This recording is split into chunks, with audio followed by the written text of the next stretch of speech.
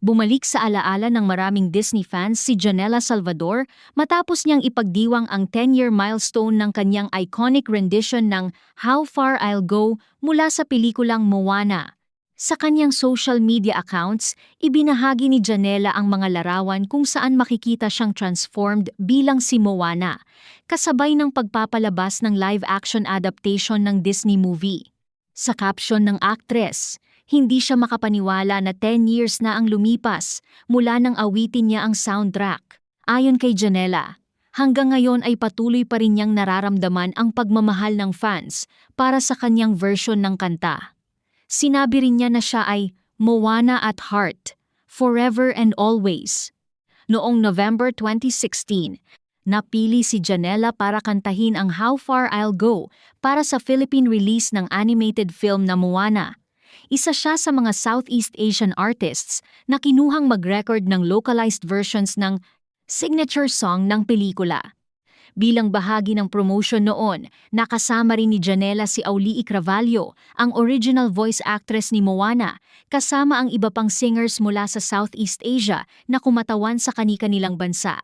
Sa isang dating interview, inilarawan ni Janela ang pagkakataong iyon bilang kaniyang most international gig dahil dala niya noon ang pangalan ng Pilipinas sa Southeast Asia. Sinabi rin niya na proud moment para sa kaniya ang ma-record ang kanta para sa Disney. Ngayon, muling nagkaroon ng full circle moment si Janela matapos siyang mag-host ng block screening ng live-action Moana para sa Disney Studios Philippines. Dumalo siya sa event kasama ang kaniyang anak na si Jude at ang rumored partner niyang si Clea Pineda. Ayon kay Janela, nag-enjoy sila ni Jude sa block screening at masaya siyang makita ang mga manonood na muling naranasan ang Moana magic. Mabilis namang umani ng positibong reaksyon ang kaniyang anniversary post. Maraming fans ang pumuri sa kanyang Moana-inspired transformation, pati na sa creative direction, styling, makeup, at photography ng shoot.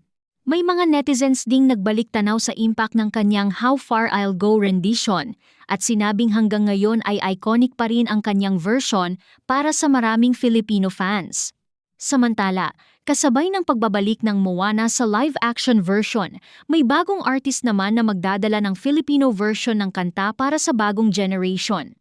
Napili ang young actress na si Kai Montinola para kantahin ang Hangganan Ko, ang Filipino version ng How Far I'll Go para sa live-action adaptation ng pelikula. Sa ngayon, patuloy na ipinagdiriwang ng fans ang koneksyon ni Janela Salvador sa karakter ni Moana habang tinatanggap naman ng bagong generation ang version ni Kai Montinola para sa live-action film.